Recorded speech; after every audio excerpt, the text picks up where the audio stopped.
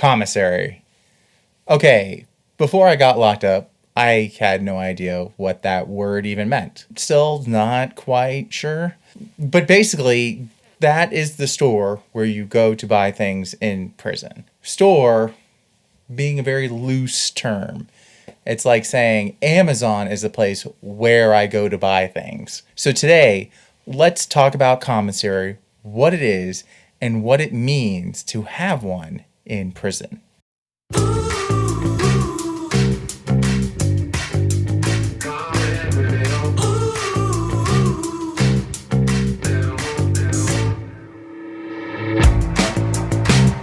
let's talk about what commissary kind of looks like. So there's this scene in Orange is the New Black, which I will try, if you're watching the video version of the podcast, to insert right here.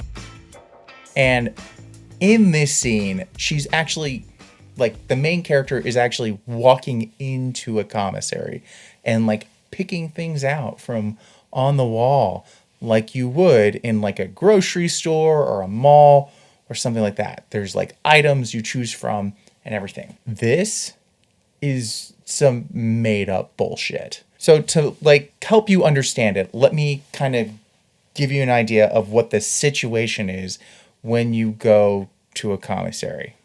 Imagine if you went to the grocery store, but there was nothing there. All there was a cash register. And you walked up to the cash register, and then you go up to them, and there's a line of people in front of you, and then a line of people behind you. They're all grocery shopping, too. And you have to wait in line. You're standing in this long line of people, and there's no items to choose from. So you're going to the cash register empty-handed. So you go up to someone, and you go, "Hey, where do I get my things so I can buy something?" Well, they'll give you your things. You have to just tell them what you want.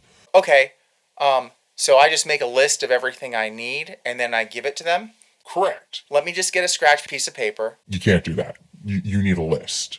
What? Yeah, you need a special piece of paper that you can hand to them so that they can process it and then give you the right things back. Oh, where do I get one of those? Well, it should have been sent to you at home. You can go pick it up and bring it back. Do you have a spare one? You ask the person standing in front of you. The person goes, "I guess I can give you one of my spare lists." And so they hand it to you. Not much different from a scratch piece of paper, but it has an official form title on the bottom and the top.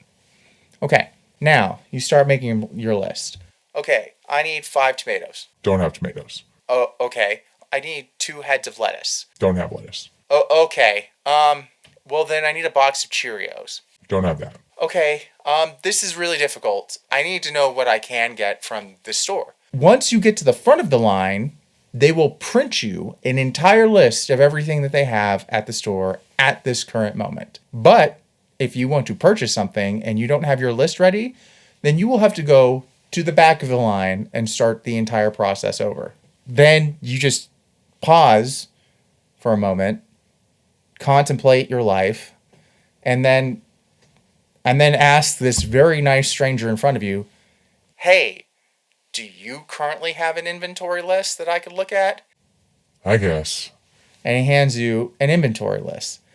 And you look at it, and nothing on that list is a brand you have ever heard of. Nothing is in a sort of packaging you would ever normally get. Cereal comes in bags, fish comes in pouches, and everything is freeze-dried, from milk to refried beans. All of it. And you're wondering what the heck you're going to do with any of this. That's commissary right there. The best part of all of this whole experience that I'm talking you through right now, is that whereas in the beginning of this story, you just went to the grocery store, you showed up at this place and got in line, that does not happen at all with commissary. Commissary is not on demand for you. It's on demand for the commissary. You see, the commissary will decide when people from certain cell blocks get to go. They will just call out when they want which cell block to go. Now, depending on how big your unit is, or depending on how the unit is run, they could get to you every single day or every other day. And then life is good. You have a nice life. Well, not really. You're in prison. If you're not in a prison where you can confidently say, I'm going to get in the store tomorrow, well, then you might be waiting a month, maybe more. You don't know. You don't know when the next time that the commissary will be called for your cell block. And that next time it might be called, you might be at work.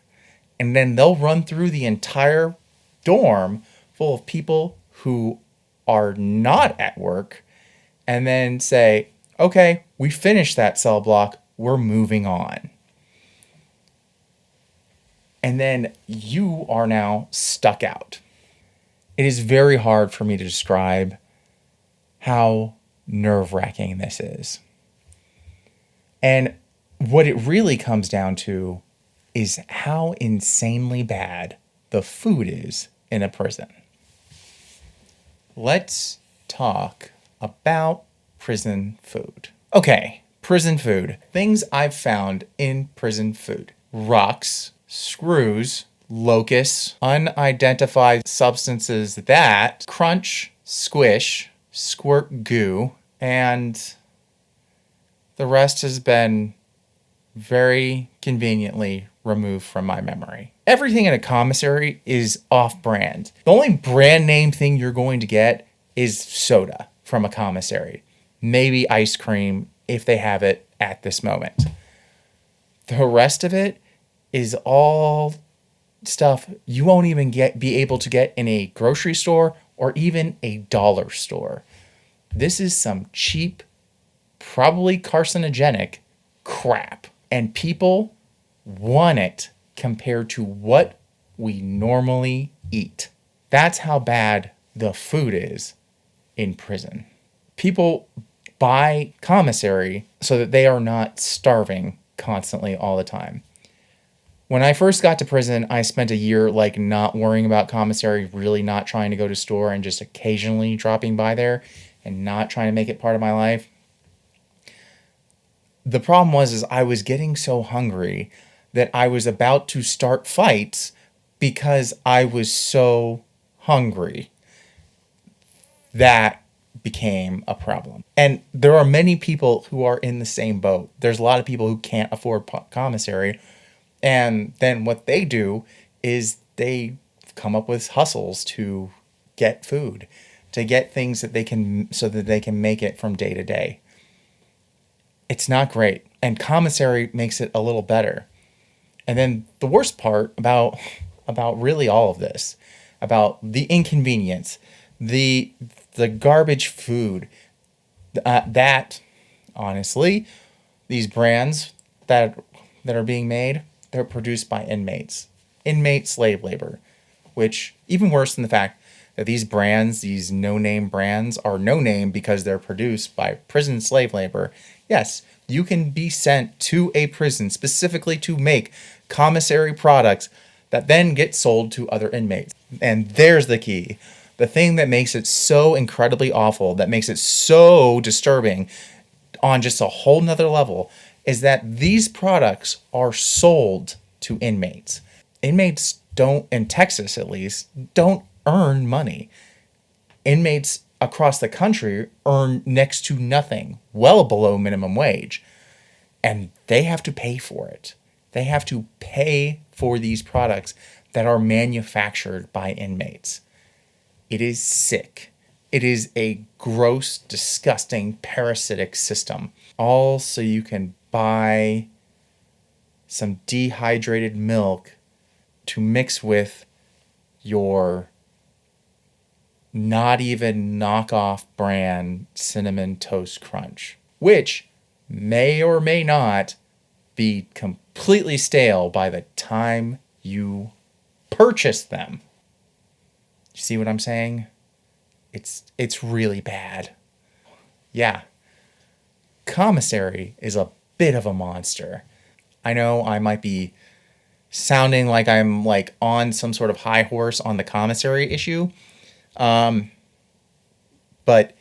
like I said, inmates go to specific units to manufacture these products, to learn how to manufacture them, to bag them, to produce them, and for no money or very little money. And then they have to buy them back. Oh gosh. Yeah. I don't know what else to say about it. I mean, I'm pretty much ready to wrap up this episode. I think we've got it like on a nice little like we've tied a bow on it. We've got the whole gist of the commissary. And I will add this. As much as I hate commissary, as much as I think of it as a parasitic system that's awful and gross and disgusting and a mess, and I wish it didn't exist this way, I will say this. If ever a loved one, someone you care about, someone you're a pen pal you're writing, which also I always recommend write people in prison. It means the world to them. As much as I hate the commissary system, if you can, give some money, give some love to people's commissary. Seriously, $20 can go a long way in some commissary. And like, it might not be food. They might just be wanting, some decent toothpaste. Like, it's something, all right? It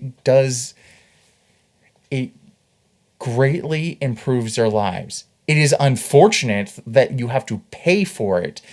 Even in prison, everything is a pay-to-play system. But commissary,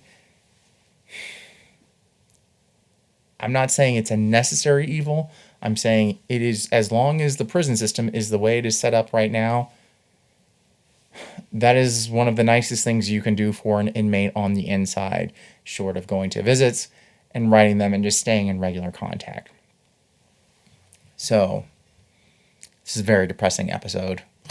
I did not expect commissary to go way down this rabbit hole, but it did. And for that, I'm sorry for all of us. If you have thoughts on commissary, if you've dealt with this, I would also love to really hear about commissary for veterans, for people who like lived and worked on army bases. I have worked on an army base. I've seen the commissaries, but I've never actually been there. So I would love to hear more about like your experiences there, because I'm pretty confident they're totally different than the prison commissary. But I really would love to like mix and match experiences of prison versus military. In fact, also, one person I would love to talk to at some point is someone who's both been in prison and been in the military, because I have a feeling there's some very similar experiences tied in there. Anyway, on that note, I'm going to wrap this one up. Still lots more talking to do. This is only part 2 of my Crash Course series, so more to come. Thank you so much.